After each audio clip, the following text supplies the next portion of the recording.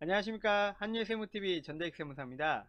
우리가 저번 시간에 중소기업 청년 취업자 소득세 감면, 이게 용어가 길어서 매번 이렇게 말이 좀 꼬이긴 하는데, 아무튼 그 소득세 감면에 대한 개념을 좀 살펴봤었는데, 이번 시간에는 우리가 여러분들이 자주 하시는 그 질의응답을 가지고 이 중소기업 청년 취업자 소득세 감면에 대해서 좀 더 명확히 한번 살펴보는 시간을 가져보도록 하겠습니다. 첫 번째 사례인데요. 만약에 내가 2011년도 12월 31일 이전에 중소기업에 취업해서 계속 근무하고 있다. 이 경우에도 2012년부터 우리가 소득세 감면을 적용받을 수 있는가? 이 부분에 대해서 많이들 물어보시더라고요. 우선 바로 정답을 말씀드리면 안 된다라는 거예요. 우리 이 중소기업 청년 취업자 소득세 감면은 2012년도에 생긴 거거든요. 그래서 2012년 1월 1일 이후에 중소기업에 취업하신 청년들에 대해서만 적용이 된다 라고 보시면 될 것 같아요. 다음 질문인데요. 만약에 남편이 대표자인 개인사업체, 개인사업체도 중소기업이 될 수가 있거든요. 그때 이 개인사업체에 근무하고 있는데 내가 중소기업 청년 취업자 소득세 감면을 받을 수 있냐 라고 물어보셨어요. 이때도 안 된다라는 거예요. 왜냐면 우리가 그 청년 중에서 제외자에 대해서 배웠었는데 저번 시간에 그 제외자에 보면은 개인 사업자의 대표자와 그 배우자는 감면 대상에서 제외하고 있어요. 그래서 이 소득세 감면은 적용을 못 받으시는 거예요. 다음 질문입니다. 근로자도 소득세 감면을 적용받을 수 있는가? 라고 하면 일용 근로자도 이 그 중소기업 청년 소득세 감면을 받을 수 있는 청년에 해당이 안 된다라는 거예요. 그래서 감면 대상에서 제외를 하고 있기 때문에 이 감면을 받지를 못한다라고 보시면 될 것 같습니다.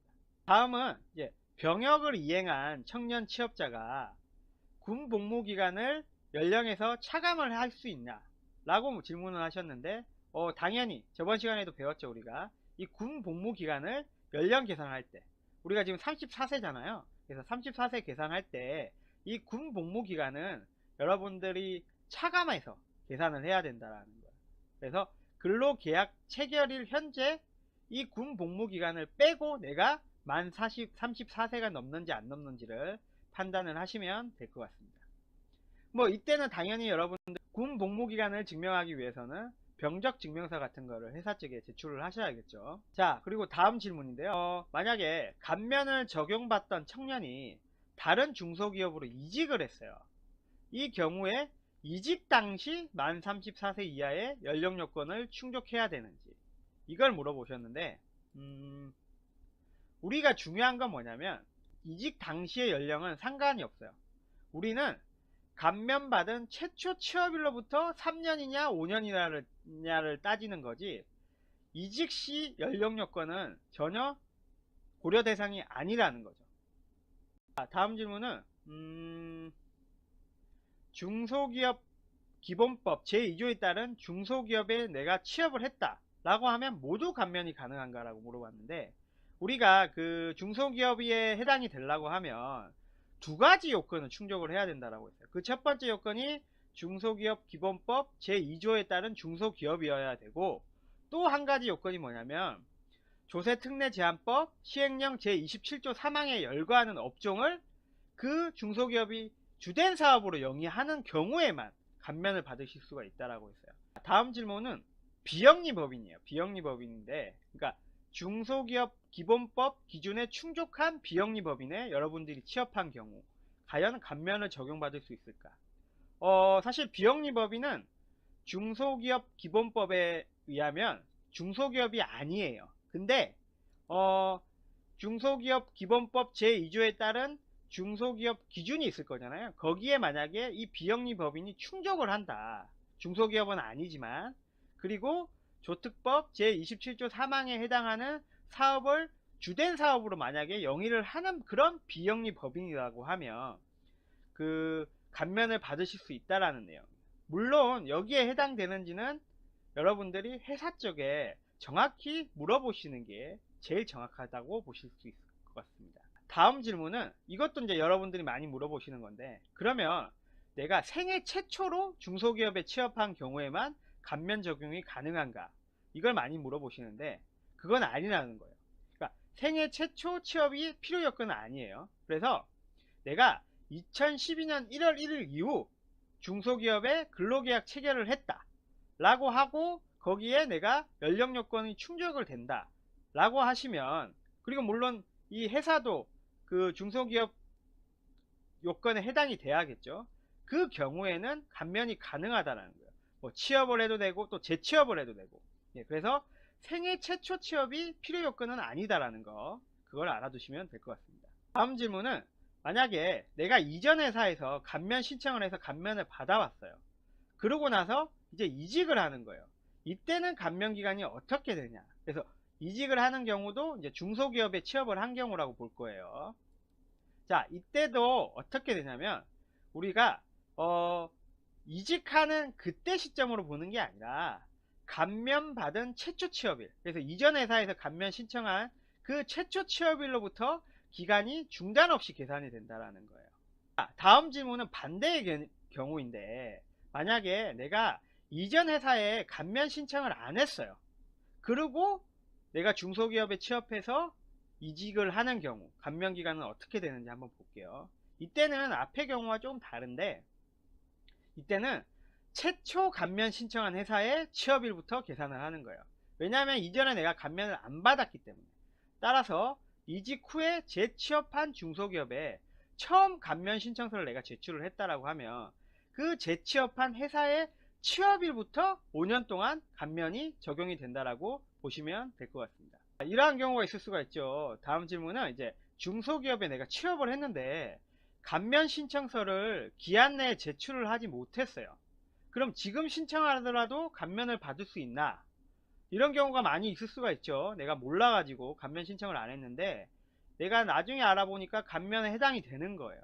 그러면은 이때도 내가 과연 받을 수 있는지 한번 살펴볼게요. 정답은 뭐냐면, 내가 신청서를 신청기한 경과 후에 제출하더라도 감면의 적용을 받을 수 있다라는 거예요. 그래서 이 경우에도 물론 취업일로부터 감면이 적용이 된다라는 것도 알아두셔야 될 것 같고, 그래서 만약에 내가 2018년 뭐 7월에 취업을 했다 라고 하면, 내가 근데 그때 이제 다음 달 말일까지 여러분이 회사 측에 신청서를 제출을 했었어야 되는 거잖아요. 근데 그거를 못했다 하더라도 이번 연말정산 하실 때 이 신청서를 제출을 하시면 감면을 받으실 수 있다라는 거예요.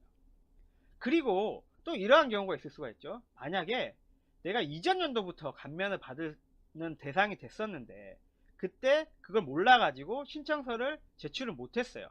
네, 이 경우에도 여러분들이 지금이라도 신청서를 제출을 하고, 근데 이전 연도에 대한 이미 연말정산이 이미 끝났기 때문에 여러분들이 직접 경정청구라는 걸 해야 돼요. 이 경정청구라는 게 뭐냐면, 여러분들이 예를 들어 뭐 연말정산을 하다가 뭐 여기 있는 감면이나 뭐 소득공제 이런 것들을 내가 빠뜨렸다 라고 해서 내가 그 공제되는 부분을 내가 환급을 못 받았다 라고 하시면, 이걸 여러분들이 직접 세무서에 이 경정 청구를 통해서 추가 환급을 받으실 수가 있거든요. 그래서 여러분들이 만약에 혹시 이 감면 신청서를 제출을 못했다 하더라도 여러분들이 제출하고 나서 직접 경정 청구를 통해서 소득세 감면을 적용을 받을 수 있다라고 보시면 될 것 같아요. 그리고 이 경정 청구 기한이라는 게, 이게 신고 납부일로부터 5년 이내에 가능하신 거거든요. 5년 이내. 그래서 이 신고 납부일이라는 게 원래 이게 소득세가 5월 31일까지예요. 매년 다음 연도 5월 31일까지. 그래서 만약에 올해 2013년 귀속분부터 내가 원래 적용이 됐었는데 감면은 못 받았다라고 하시면, 올해 2019년 5월 31일까지 내가 경정 청구를 신청을 하시게 되면 이 13년 귀속분부터 해가지고 다 환급을 받으실 수 있다라고 보시면 될 것 같습니다. 저번 시간에도 또 살펴본 예제 중에 하나인데 한 번 더 살펴볼게요. 우리가 만약에 16년 입사자로서 70% 감면율을 받고 있었어요. 예, 16년 17년은 70%였으니까.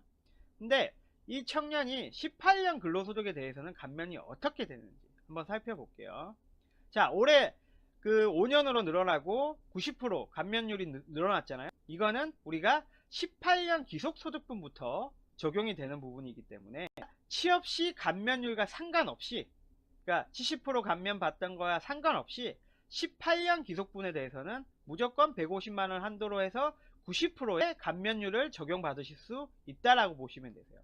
근데 여러분들이 여기서 한 가지 또 오해하시는 부분이 뭐냐면, 그러면 내가 90%를 16년 17년도에도 받을 수 있는 거 아니냐, 그래서 경정청구로 내가 환급을 더 받으실 수 있는 거 아니냐라고 생각하는데, 제가 앞에서도 말씀드렸다시피 이 올해 개정상 감면율 90% 이거는 18년 기속소득분부터 적용이 되는 거기 때문에 16년 17년도에서 내가 70%를 받았다라고 하면 거기서 끝나는 거지 20% 추가로 경정청구가 안 된다라는 거 여러분들이 꼭 알아두셨으면 좋겠습니다. 자, 그리고 이제 이러한 경우가 또 있을 수가 있는데, 내가 만약에 13년도에 취업을 했어요.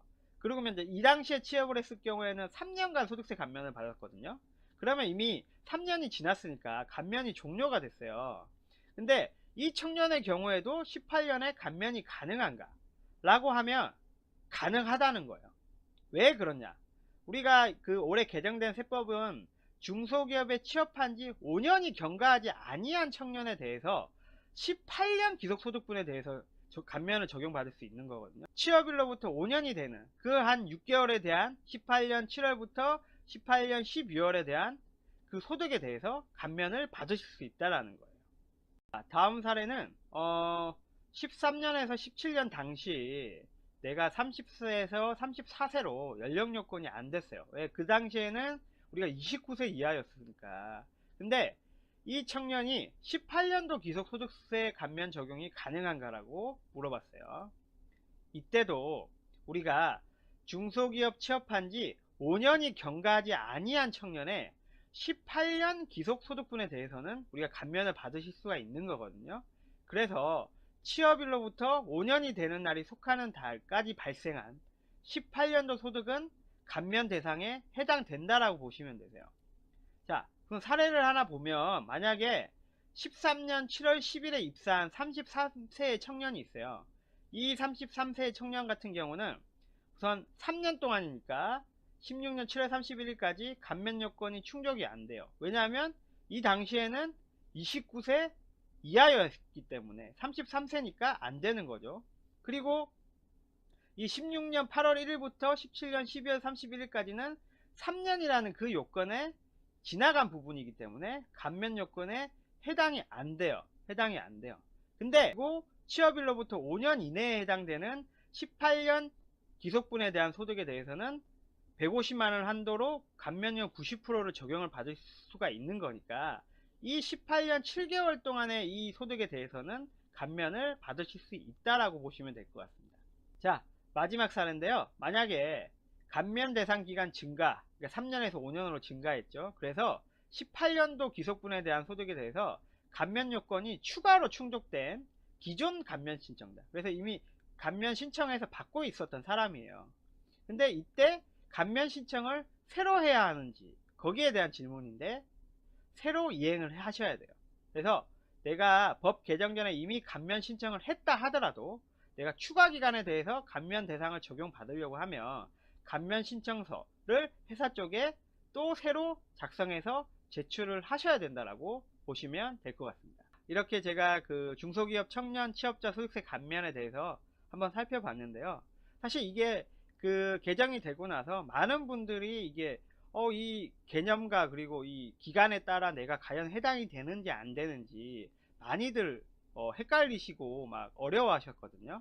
그래서 이 강의를 통해서 여러분들이 내가 해당이 되는지 안 되는지를 좀 명확히 이해를 하는 시간이 되었으면 좋겠습니다. 예, 감사합니다.